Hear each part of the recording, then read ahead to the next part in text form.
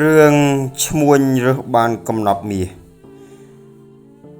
មាននិទានមួយថាមានឈ្មួញ500រទេះទៅជួញនៅក្នុងនគរមួយដាក់រទេះកណ្ដាលព្រៃនៅតំបន់ជាទីអត់ទឹក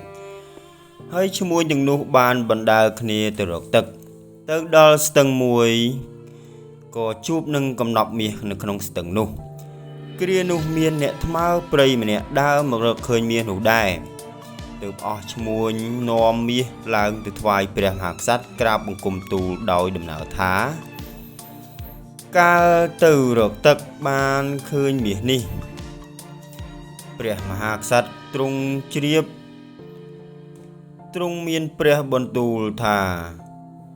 ខេត្តដែនដីនេះជារបស់យើងពិតហើយ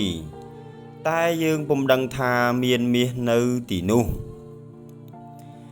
ហេតុតែព្រះស្ដែងឈ្មួញទាំងនេះឃើញទើបបានមាសនេះមក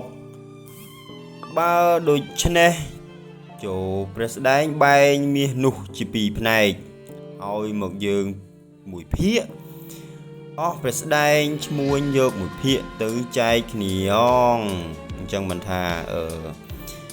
បងគាត់អត់បានដឹងថានៅក្នុងដែនដីរបស់គាត់ហ្នឹងមានមាសមានអីដែរអញ្ចឹងអ្វីដែលឈ្មួញឃើញហ្នឹងគឺបែងពាក់កណ្ដាលឲ្យឈ្មួញហ្នឹងទៅហើយពាក់កណ្ដាលឲ្យម្ចាស់ដែនដីហ្នឹងហើយបងប្អូនហើយសូមអរគុណសម្រាប់ការទស្សនា